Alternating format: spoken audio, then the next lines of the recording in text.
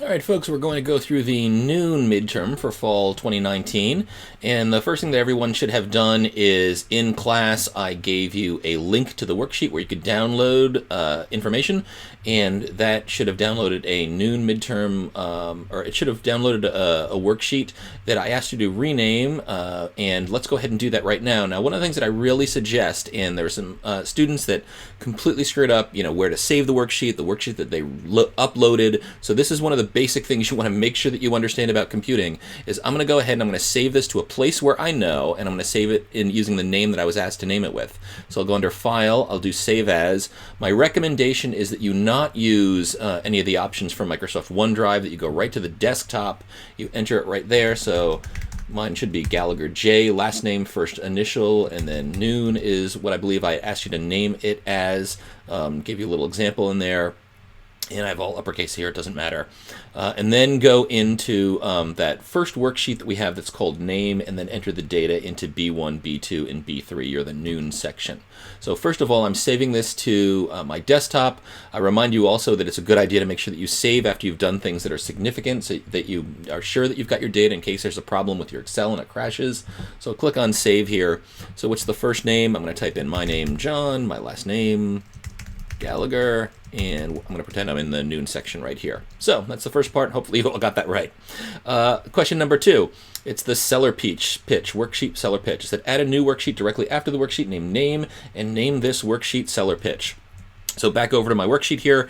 How do you add a worksheet? Click on plus. Now, because I'm in name, it's going to automatically add it just to the right of name. It's named sheet 1, but I want to call it seller pitch. So I double click in the tab down here and type in SELLER-PITCH. Press enter. If it happened to be in a different place, like over here or wherever, you can just click and hold down the mouse and drag and position it exactly where it should be, just to the right of name. So let's read this pitch here and figure out what we need to do. It says, even though you're an intern, your boss has invited you into an M&A, mergers and acquisitions meeting. Your boss is speaking with a guy interested in selling his Groupon clone to your firm. The Groupon wannabe guy shows data that suggests that the value of the firms in this market are growing 15% a year, and he's asking $60 million to buy his company. So this is his asking price.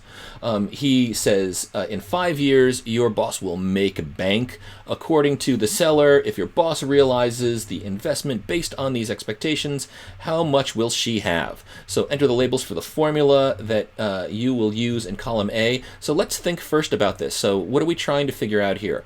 We know what the investment is. We know we're supposed to be making 15% a year. And then the question is, how much will you have made in 5 years? So again, that's what we're talking about here. And we want to go ahead and do those calculations. Let's see how we would set this up. So let's go over, and if you don't remember the values that are in here, even if you look at, all right, we're trying to figure out what our future value is. If you go down here and type in, an FV, or I'm sorry, if you type in your formula here, going into, just select any cell for now. If you click on formulas and you go into financials and you remember its future value and select FV, we can see over here on the right side, oh yeah, I need my rate, my number of periods, my payment, my present value, my type. The order isn't necessarily important, but you've got to make sure that you've got your different fields in here. So, all right, you can either just type those in directly, or if you remember them, hopefully you remember them too. I remember I need present value. I've got a rate. I've got a number of periods. I have got a we've got the future value that we've got in here. We've got type, and one thing that we're forgetting in here is the payment, PMT. So now let's think about the different values that we want to enter in here. So present value, that's 60 million. And the rate that we have, the guy says we're going to make 15% a year. The number of periods that we have, okay, so we can say, we're 5 years. If we're looking at our annual payment of the year in here, our payment is going to be 0 because we're not adding any value to it. We're just trying to see what it accrues across 5 years. And so what we're trying to figure out is the future value. And type doesn't even matter in here because we don't have any payment that we're adding per year. So for future value, again, we can go up into financial and we can select FV. And what you want to make sure in here is that we can change any of the numbers. So what I'm going to do when I set up my formula in here with my formula builder is I'm just going to click on the cells. So I've got a rate over here. I'm just going to go ahead and click on the rate, which is 15% a year. So I don't need to do any changes because we're not talking about anything monthly. The number of periods. So since it's 15% a year, we're going to do 5 years in here. I don't need to multiply that by 12 or anything because we're looking at monthly accrual of 15% and across 5 years of that 15% annual rate. For our payment, we've got nothing which is in there. Our present value is the $60 million. Whoops. Oh, I'm sorry. I put in, no, that's $60 million. Yep, so that's good. And type, again, you could click on this, but we don't really need to have any value in our type. So you can ignore that if you wanted to as well. Click on done, and what do we get? Oh, so I should also say as well, since we paid $60 million, this should be a negative value. So I'm going to say negative 60, 123, 123. And so according to this guy, in 5 years, we should have $120 million for a $60 million investment. So I'm going to go ahead and save this. So, all right, this guy's trying to make a persuasive argument in here. That's a decent amount of money for our investment. But then we've got part 3 here, which says overvalued. What we want to do is we want to use a worksheet named overvalued and be sure to position it right after the worksheet seller pitch. So I'm going to go over and make sure here's seller pitch. Yep, overvalued is right there. Remember, you could drag it around if it wasn't in the right place, but it is. So I'm going to click on that. And it says, the seller of the weakling Groupon clone in the example above talks up the fact that Google offered to buy Groupon for $6 billion. You smell a fishy argument, and you look to calculate Groupon's current market cap. So if this business is based on network effects, he's talking about it being a 5th-tier competitor in here, trying to say that it's going to be really valuable, and you think, he's trying to sell something that's really kind of a crappy business, and maybe he's trying to do it at the height of the bubble to take advantage of that. So you find that Groupon is currently trading at $2.98 a share, and that Groupon has 567,620,000 shares outstanding. So it says enter the appropriate figures in B1 through B3 given the information above. So B1 is Google's offer, which is $6 billion, so that's 6,000 for million, 000 for thousand, 000 for tens. Let's see, how many shares does it have? We mentioned that value. That's 567,620. So 567, 620, 000. What's our share price? So our share price is $2.98. And then down here we have market cap. So it says enter a formula to calculate Groupon's market cap and cell B4. So we know from class that market cap is the number of shares times the share price. So in B4 I say equals, and then I click on B2 star B3, press enter here, and Groupon is currently valued at $1.6 billion. So all right, that's a lot of money. But then use cell B5 to illustrate the dollar amount of Groupon's value and how it has changed versus Google's initial $6 billion investment offer.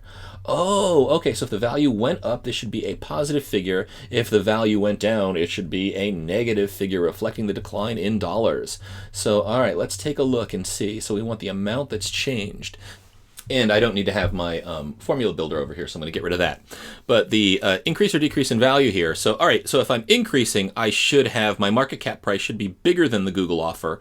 Or if I'm decreasing, it's going to be less than the Google offer. So what I'm going to do here in cell B5 is I'm going to say equals, and I'm going to say this value here. So if it increases, it's going to be bigger. And then I'm going to say I'm going to subtract it from the Google value. So if I increased and I was 6.1 billion from 6 billion, then what I would have here is I'd have a positive 0.1 billion or 100 million in here. But what I'm going to have when I click on this is the value went down by 4.3 billion. So this guy's trying to say, oh yeah, Groupon's a great business. They're so great. Look at what Google paid for them. And you're looking at this and you're like, dude, you're making a terrible argument here because the current value of Groupon, and they're the biggest player in their industry that has network effects associated with it, is over $4 billion less than Google was initially thinking it was going to pay. So you smelled a fish, and in fact, you showed that this guy's argument was just really a terrible one. So all right, we calculated that. We've got this piece right in here. And let's see, we want to use now cell B6 to calculate the percentage increase positive or decrease negative that Groupon's current market cap is from the original Google investment of $6 billion. So for example, if Google's market cap is 7.5, or if Groupon's market cap is $7.5 billion, then the increase from 6 billion is 25%. If Groupon's market cap is $4.3 billion, then the change is negative 25%. So all right, let's work that formula. And, oops, so sorry, pressed the wrong button. And we're over here into B6. And what we want to do is, all right, so if we're trying to see what the change is, I'm just going to say equal in here. And then, so what is the change that we had over here in our dollar value? So I'm going to click on this, and I'm going to just do slash to divide. And I'm going to do 6 billion in here. We'll press enter, and we get this negative 0.71, or the value's over 71% more than the guy had tried to persuade you that it was worth. And so if you want to double check too, I gave you hints in terms of the calculation, so you could almost check to see what your formulas are going to look like. If you wanted to try this against just, pull your $6 billion over here, and one of the values I said is, if it's going to be $7.5 billion, so let's imagine the market cap was 7.5 billion, so that's 500 million. And so then what is our value? You can just drag these two formulas over here and see. So my difference is going to be, stretch this out. So 1.5 billion, you can see it goes up by 25%. So that's exactly right. Or if we had the, if we were down to 4.5, so this is the negative 25. So you can see our calculations are absolutely correct. You can even verify them with some of the numbers that I gave you in here, but this is what we're supposed to have. So good. Let's see, let's fill out the rest of this. So now that we've got the data, let's prepare an additional argument to help your boss understand the possible outcome. So enter the seller's asking price for his 5th tier Groupon in B8. So the asking price, that was from the previous period, or the previous question. That's the $6 million that we had, or $60 million in here. And again, if we scroll back up here, we can see, the guy is asking for $60 million. So that's the seller's asking price in here. So we'll put in, let's see, that's the $60 million in here. And that's the asking price in 5.8. And in 5.9, we should calculate the projected value of this investment if it increases or decreases by the same overall percentage that Groupon's market cap has changed relatively to Google's $6 billion offer. So what we're going to do is we're going to take this and we're going to say, hey, let's multiply this value by this percentage and see what happens. Oh man, we're gonna have well, this is gonna be what our loss is gonna be. So I should actually put that value down below. We want to see what is gonna happen to our projected investment in here. I'm gonna say, all right, let's see. We're gonna say our initial investment, so that's this value here, and then what we're going to add is we're going to add the change to it. So what is our change going to be? Well, our change is going to be, so what I said is equals B8, which is our initial investment, plus, so let's see what our change is going to be. So that's going to be inside of these parentheses here, it's going to be B8, and it's going to be multiplied by this negative 71% value here, this negative 0.17 value. And if we press enter in here, we can see, oh man, $60 million is going to turn into $16 million in 5 years. That is not good. And so what's our projected gain or loss in here? So what we want to do is say equal, and we can just take, it's going to be our loss. So we can say, all right, we go this value minus this value, and we get negative $43 million. That is not looking good. And again, this is overinflated because Groupon is the biggest player in their space, and they are worth 71% less than Google thought they were. If you're a 5th tier player in here, you've got a firm that is really not worth much money 5 years out. And let's just go back and check to see. So we've got this. We've got our formula that we entered in here. This particular formula, all dollar figures should be dollars and cents, either accounting or currency. Make sure whichever format clearly shows negative values. They can be parentheses, minus, or red values. And so we've got dollars and cents in here. Is that what we wanted?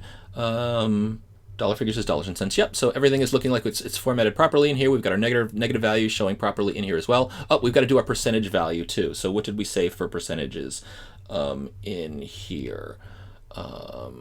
Did we ask up here to format this as percentage? And I guess, so since I'd set up here, the value should be 25% or negative 25%. So we want this to show, and we shouldn't have any decimal points in there. So how do we reformat this? I'm just going to click on my value in B7 or on B6. I'm going to click on home. I'm going to click on percentage, and negative 72%. That's just a terrible value of the firm in here. So you really save your boss a lot of money. Click on save here. She's grateful. Hopefully she'll give you a big promotion, a big bonus this year. So that's great. Now we're on to number 4. Number 4 says Groupon Financial. So we're really taking a look at Groupon here. You're building a wonderful case for your boss, and you're really looking at how you can apply some of the things that we learned out in the beginning of class, saying, hey, is this really worth what we suspect it's going to be worth? I've learned a lot about strategy. I think that this, the thing that I'm being sold here is kind of fishy, and you can apply that. So now let's look at Groupon Financials. We're going to create a new worksheet named Groupon and position it right after the worksheet called Overvalued. So we're in Overvalued right now for a new worksheet. Just click on plus. We want to call this Groupon, so I double click where it says sheet and say Groupon, press enter. So there it is. Again, you can click and drag that to move it to a different spot if you want, but I want it just to the right of Overvalued. I'll make it just a little bit bigger so it's easier to see. And now that we've got this, it says visit the page finance.yahoo.com, find the financials data for Groupon, search on GRPN, and then select the financials tab. So let's go ahead and do that. So here I am. I'm going to say finance.yahoo.com. The symbol is GRPN. And then in here, let's see, it says the financials tab. So that's right here. We want to click on that. And we see our Groupon financials. Great. It says annual numbers should be showing. If not annual, then option, or then annual is an option in the upper right-hand corner of the income statement. So let's see where we are in here. So we're in the income statement. We're on annual, so that we're looking at the annual numbers here. Perfect. Copy all of the values in the income statement from the row breakdown, which lists as dates, through the row net income. So let's see. So here's breakdown. And unfortunately, there's one thing that's happened since the test was taken. So it used to be that we had the dates through it was the last quarter of last year. So it was 12, 31, 18, 17, 16 through 15. And since another quarter of results has been introduced, Yahoo has changed the numbers that we have in here. So if you're going through this now, I'm going to show you how to do the answer correctly, but the numbers are going to be different because Yahoo has updated these numbers. And unfortunately, I don't have the ability to go back in time. But I can show you what the numbers should have looked like in your test originally. But even more importantly, you can go through these steps to make sure that you've got the values, or that you know that the techniques, and you can follow along with me and see the answers I'm coming up with right now. So just to make sure we're looking at the right values in here. So let's see, it says copy all the values on the income statement from breakdown, which are the dates, through the row net income. So I'm back over here. Breakdown certainly is the dates. So one of the things you can do is just click before the B in breakdown and start to drag. Hold down the mouse and drag, so you're highlighting things. But actually, I'm going to let go of the mouse here. So after I've done a little bit of selection, I'm going to find where net income is. That's right here. And what I'm going to do is I'm going to hold down my shift key, and then I'm going to click right after the last number in the net income line. And you can see what it does here is it selects everything from then where I started, holding down the shift key, clicking at the end. It does it right at the end. So you can select it all in one big swipe, but this is, something I like to do. There's a little bit more precision. Then I'm going to copy this with Command C. It says paste this into A1, so I'm going to do that, and now watch what happens with Command V. It all shows up in one line. Now remember, not only did I demonstrate this in the video, but I drew your attention to this in an email and said there's an additional video that shows you how to use paste special. If you ever see something that shows like this is gnarly like this, so I'm just going to undo this. And remember, I said paste special to the rescue. So I'm going to go up and I'm going to select paste special. And when we select paste special, one student had said, hey, my paste special doesn't look like it looked previously. Well, this is how it looked in the exercise, but what it's not showing is it's not showing transpose rows and columns, because we're not copying from rows and columns. We're copying from the web. So what we want to select, and what we showed in the video here and what I pointed out in the email, is you want to say paste special text, click on OK, and boom, we have everything that shows up here. One more thing to draw the attention to. So another student brought me over and said, hey, how come I'm seeing number signs in my cells? And you should know why you're seeing number signs in your cells. This was covered in class and in our videos. That's because you don't have a column which is wide enough. But what you can do is simply move your cursor in between the two different letters of the column till it looks like this, a thick black line with arrows in both directions. Double click, and we can see that resizes it. The number signs go away, and you can see all the numbers that are on the inside. So you definitely have this stuff down. So I'll just in my data right here. Let's see what do we want to do next. We want to paste this data, so we pasted the data into Groupon, then we want to change A1 from breakdown to year, and then it says change it to these dates. Now, I suppose we could use these dates in here, but do remember, if you take a look, the dates are going to be different from the current ones in Groupon. So you know what I'm going to do is I'm going to use the current ones in this Groupon example here, just so that I've got that accuracy, and draw the attention to the fact that as I do them, the data is different from when you were doing the exercise. So let's see, I guess that's 331.19 through 331.16. So I'm going to type in here, breakdown should be year. Then the next one is TTM, then 331.19, 331.18, 331.17, and 331.16. So otherwise you had like it was 12, 31.18 through 15 here. So we've got this data in here exactly as we expected, or with just different data in here. So I made the change there. Then it says delete all rows except for the 3 rows year, which was formerly breakdown, total revenue, and net income. So, okay, we want to get rid of the extra ones in here. So total revenue is our first one. You can spread the column so you can make sure that you're seeing everything in here.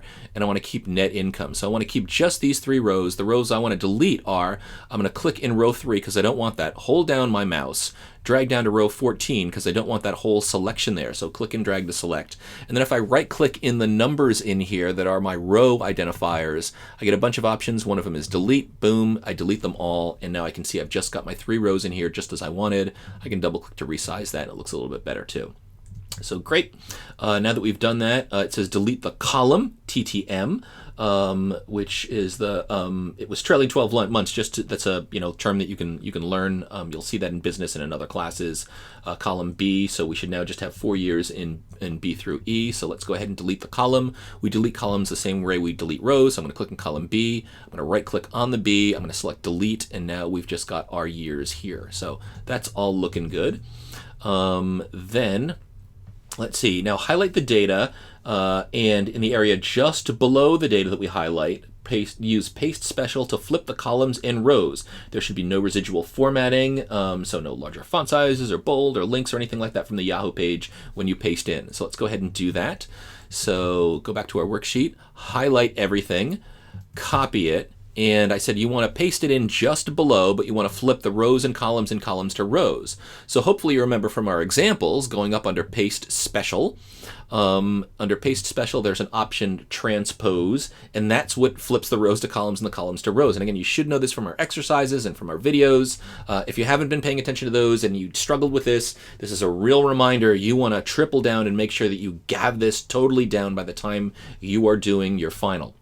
So as we go in here, we want to just paste the value in.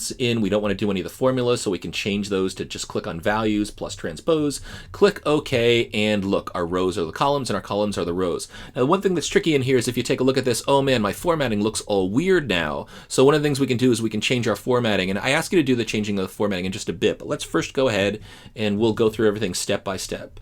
Now it says delete the old values so that only the flipped data is showing from column A, showing the 4 year-end dates, and B and C, the revenues and the net income. So, all right, we'll delete the old data. I can just delete rows 1, 2, and 3 by clicking in the 1, dragging to the 3, right-clicking, selecting delete, and those go away.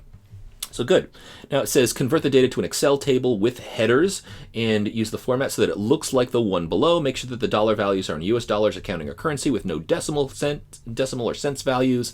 Also note the values below are not from the values for the exercise. They're the same ones in Netflix, from the exercise, and from our video. So that's just a formatting reference for us. So let's go ahead and turn this into a table. So I'm going to click just any place in what's going to be my table selection in here, and I'm going to go under Insert and just click on Table, and boom, it highlights everything here. Yes, my table is going to have headers. That's this first line right here. Excel will make those the headers. Everything changes perfectly. Now, I'd mentioned in class 2, it's sort of hard to see what this looks like. This is just used to show you, how you go ahead and change the formatting in here.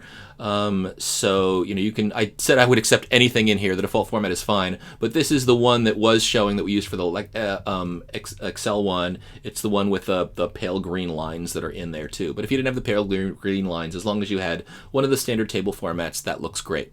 Now, another thing we need to do is we need to change our formatting in here. So we have dollar values. counting our currency with no decimals. So these are all dollar values. I'll highlight them. I'll go back to home. I'll click on the dollar sign. I can't see the stuff in there, so I double click to make sure that my columns are wide enough. I don't want there to be any decimal points, so I get rid of the zeros. I did ask for no decimal points, right? No decimal points or cent values. And so the one thing we see here too is that the year shows up as a general value. So how do we change the year back to, so it looks like a date value? You can go up in here and there are different values in here. This is the short date. Select on that and look, sure enough, you see your date values are showing up as well. So as we've got down here, we've done everything for exercise number 4. Hopefully you've got that. And great, let's go on to exercise number 5. So I'll save my work. It's always important to save your work after you do something significant. And for section 5, it says group on the Fortune 1000. Use the worksheet labeled Fortune 1000. Be sure it is positioned to the right of the worksheet named Groupon. So if you take a look, that's exactly where it should be, Fortune 1000 right here, because we inserted Groupon right after Overvalued. I'm going to click on Fortune 1000 so that I see all my data here, and wow, I got a lot of data in here. This is actually the same data that we used in class. So all right, let's use it. It says create an Excel table with headers from the Fortune 1000 data. You can keep the default blue banded format, use headers. So again, it's really easy, just as we've done it before. Click anywhere inside the data we want to convert to a table. Select insert, the insert band, or the insert tab, I should say, which shows the insert ribbon, and then click on where it says table right here, and it gives us the headers. It says, yep, we want table headers, so we won't check that, or we'll leave it checked. Click on OK. We can use the default blue value. Boom, this is looking good. Familiar data because we've seen this in class examples and in videos as well. So we created the Excel table. Now, one of the things that we want to do is we want to freeze pane so that the header, row, and the rank column will show even when data is scrolled down and right. So you should know how to freeze panes. Where we want to scroll, if we want to see our column rank here and the header above it, is you select right into B2. And what that's going to do is it's going to freeze everything to the left and everything above it. How do we change those and how do we freeze these values? Well, one of the ways that we can do that, and the way that we showed in videos and that you learned in your reading too, is if you go up under View, you can see one of the options that we have in here is Freeze Panes, and you even get the little sort of demonstration here of what it's going to look like. So I'll click on Freeze Panes, and all of a sudden, whoa, I scroll this direction and this direction, and I've freezed my my rank here, and I've frozen the headlines too, so everything is looking great. It makes it an easy way for me to scroll around and see, you know, the different values that I want to compare.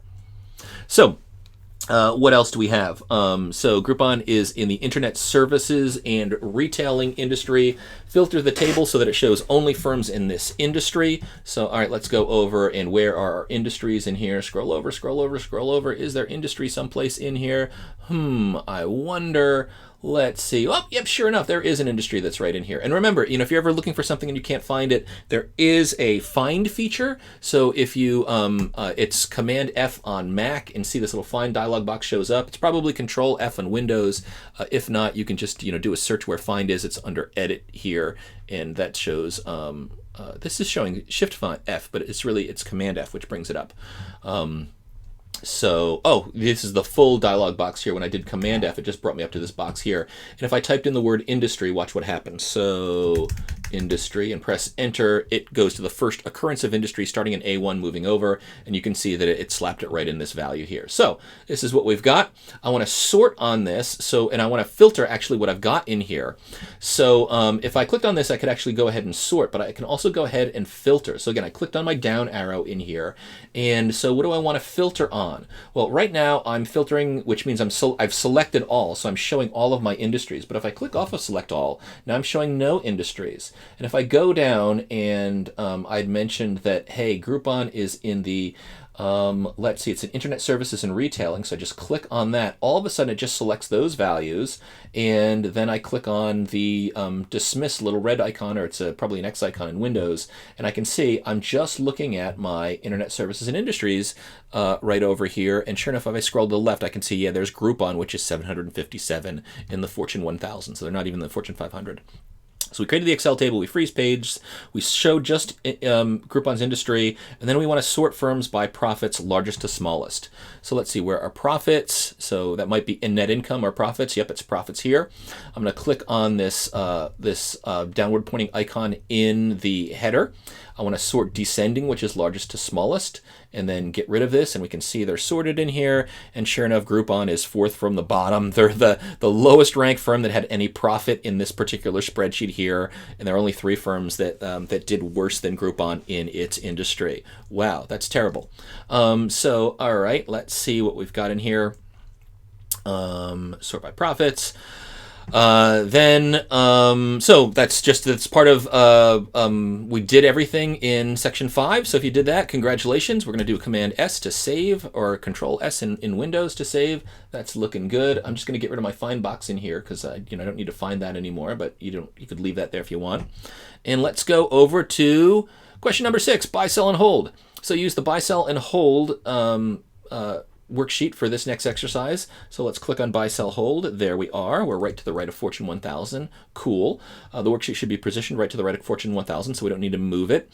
Several years ago, Jim Kramer, the host of CNBC's program Mad Money, came to the Carroll School of Management and broadcast his show from BC. He actually did. And I do have a squeezy bowl in my office as a memento of the occasion.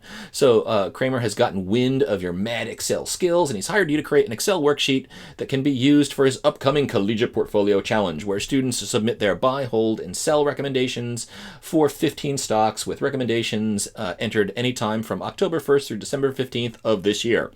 So we're going to do input validation. And again, not only did you read about this and have exercises on this, but we also had videos on this as well. So what we want to do is we want to set that up for the date column. That's B2 through B16. So I'm going to go over here and I'm going to select my date column B2 through B16, highlight these values here for the date. And it says the date validation should ignore blanks and it should use the date range from F8 through F9. So let's see what we've got here. There's F8 through F9. That's what I should be using. And it says the input message should have please enter a valid date. And it should says the error message should say error. And it says you should enter a date with the approved message. So, all right. I've got my selection here, B2 through B16. How do we do data validation? Well, if I click right on data over here, sure enough, I have a data validation in the ribbon here icon. I can click on that. Now I get different options in here too. So under settings, if we say, what is it that we want to validate our criteria on? Oh, we want this to be a date. And then for our date, what we want to do is we want to set up our range. Now remember, there was something specifically that I drew your attention to in the videos and mentioned, hey, this is important. This was a change in Excel. I sent you an email to remind you about this too. So if you click on where it says start date here and click over here, it says F8. But the problem is, and the thing that I drew out your attention to and specifically posted a video on this, is I said that if we do F8 in here, it's just going to do the date validation here. But if I do validation down here, this is going to do a relative reference shift. And there was at least one student who called me over and said, hey, my validation isn't working as we go further down. That's because this needs to be an absolute reference. So I'm just going to type a $sign in front of F, then click in front of the 8. I'm going to do $sign in front of the 8. Now it's going to work. If I click on my entry date, I'm going to click right over here, and I'm going to put a $sign in front of the 9, F, and a $sign in front of the 9. That's my absolute reference as well. And so as I go down here, no matter which cell I'm in, I'm going to use this as my start date and my end date. Perfect. You don't want to put in the exact value in here because you want to be able to change this if you want to use the worksheet. Kramer says, okay, we're going to go back to BC. We're going to do it again next year. And you can change that from 19 to 20. But now we got this set up. This is good. Our input message, let's see. So what did we say our input message should say? Please enter a valid date, and the date must be from October 1st to December 15th. So please enter a valid date. The date must be from October 1st through December 15th. And then we have an error alert here too, which has the word error in all caps. And then we say you must enter a date within the approved range. So you must enter a date within the approved range. And just go back and see, do I have everything set up right here? And in settings, yep, I've got my $sign values in here for absolute references. Click on OK, and we can see right when we clicked in, some student was surprised. They said, "Hey, what is this yellow stuff here?" You should know that's part of data validation. And when you get into an error where you have and a cell where you have data validation information, you should see this showing up in all of those cells. But if you go outside, you're not going to see those little messages too. So let's see, does this work? So if I do 10:1:19 and press enter, that's great. What if I did 9:30:19? I would get the error message. What if I did 12, 16, 19? I get the error message. I could say 12, 15, 19. So good. So this works here. You can enter in different values in your date. So wonderful. Now, next thing that we have in here is,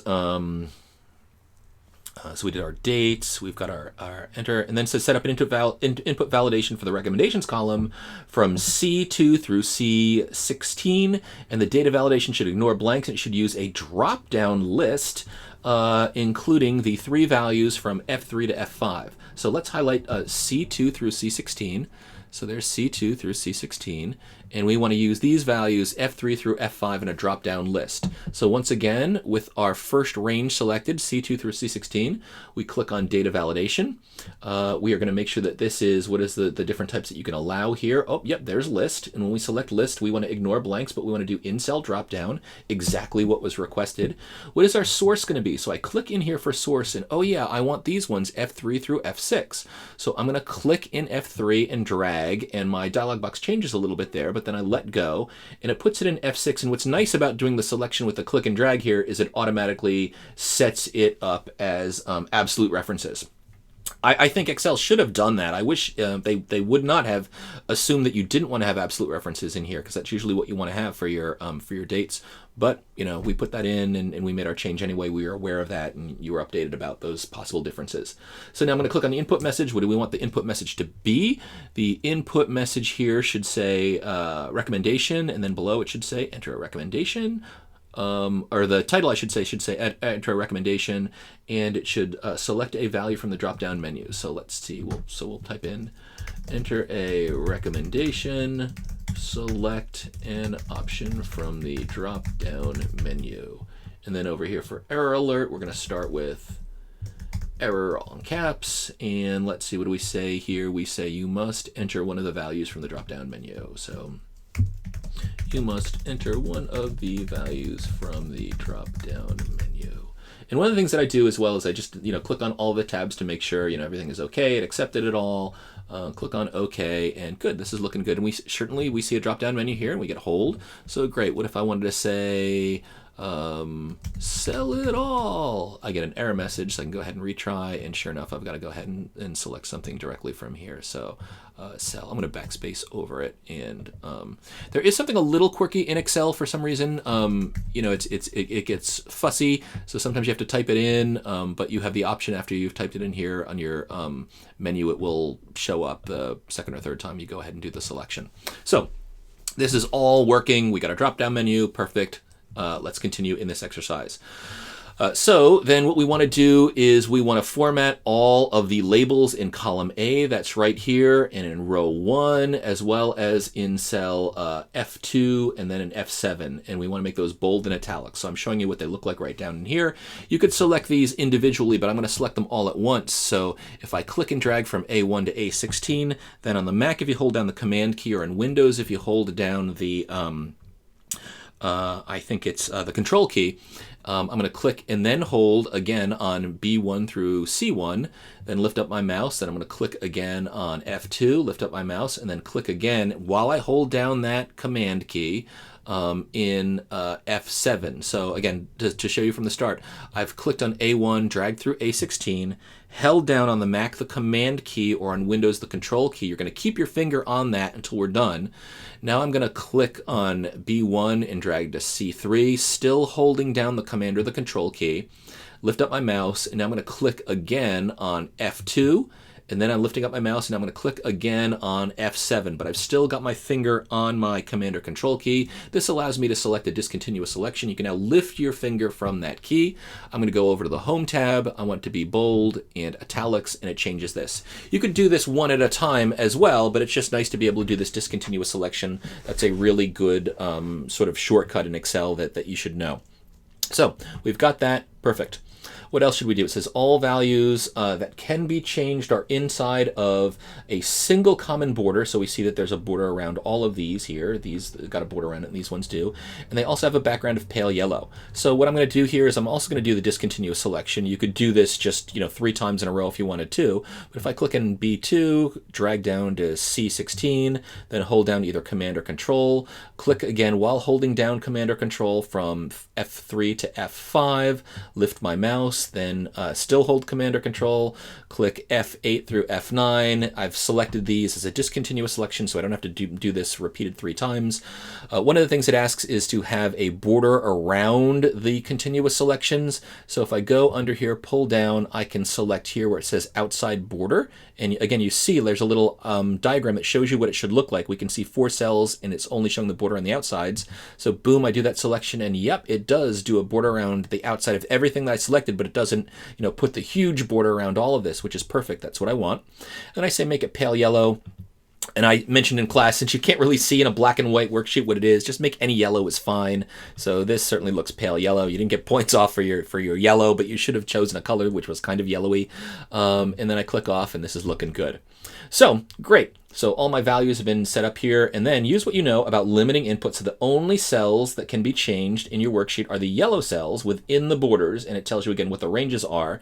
And when you protect the worksheet, you should not use a password so graders can see the work if needed. So again, you should know how to do this, and this is one of the things that's a little bit not intuitive in Excel. I'll say it's very not intuitive.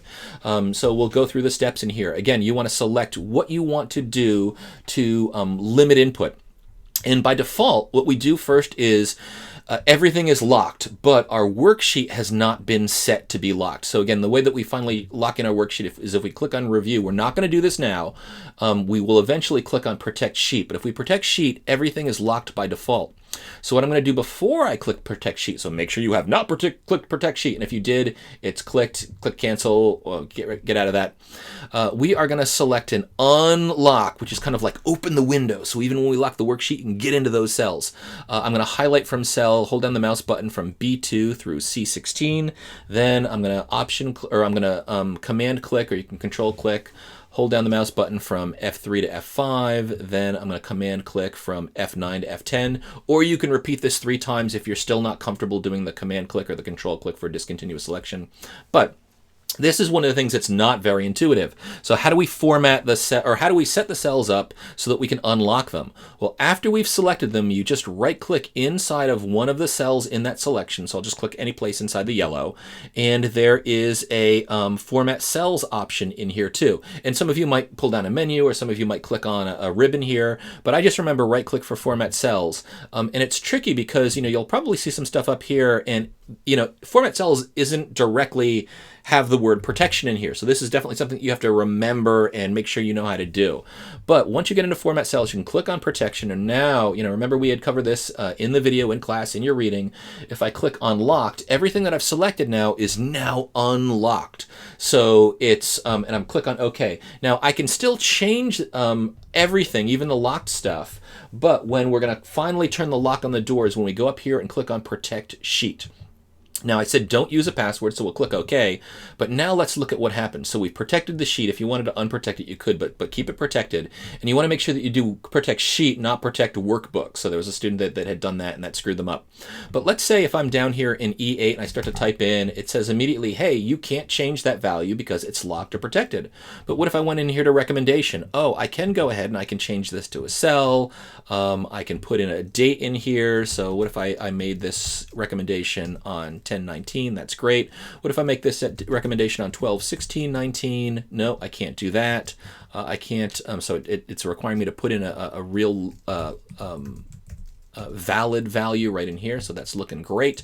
Something else that I pointed down here is I said a few Americans know that Kramer has a cousin, Diego Kramer, who hosts an Argentine show similar to Jim's, and it's called Dinero Loco. So Jim gives Diego your worksheet, but tells Diego he needs to change the recommendation values from buy, sell, hold to comprar, vender, and mantener. I'm not sure if those are actually the names. I just did Google Translate, so apologies to our Spanish speakers in class. But what I wanted to make sure is, and this is really how your values are going to be tested, is I'm going to get rid of the values that I have in here. So I'm just going to highlight, and I'm going to clear them out, so clear the contents in here. And if I wanted to change these to comprar and mantener, I don't know if I spelled that right, mantener, and then what did I say? Vender is to sell. Vender. So let's see, could we do this for Diego? And if we pull down here, sure enough, Montaner shows up and Vender shows up, so Diego can take advantage of that. And you can see we can change the ranges as well. So if he wants to come back in 2020, we can change this to 2020, and sure enough, so we've got to make sure we change both of these to 2020. But now, and if Diego uses it next year, he says, okay, and you can see if we do something wrong in here, like 12, 15, 20, it's not going to recognize that. So we want to we're still doing the American date format in here. If you are international, you probably know most countries outside the United States actually have the day before they have the month. So it's like 1/10 instead of 10/1, but I didn't ask you to change that, so don't worry about that. But if we do 10/1/20, it will accept that. And so great, our worksheet works. And with this, you've done everything on the test. Just save this before you quit out of Excel and you upload it. I really hope that worked out. If you struggled on this test, so not only can you take a look and go through this and make sure that you've got it down, but there are the answers for the previous section in 10 a.m. that are also posted online. And I suggest that you go through those just to make sure that you've really got these steps down and you can go through. The one thing, again, to be aware of if you're comparing with your answer here is that Groupon has different numbers in here, but if I go into the key, this is what the Groupon value should have looked like, I believe, for the, if you're comparing against what you had with the answers that were there previously. But hopefully that worked out well, and if not, you are armed to really make sure that you've got this material down for the final exam. Good luck and keep at it.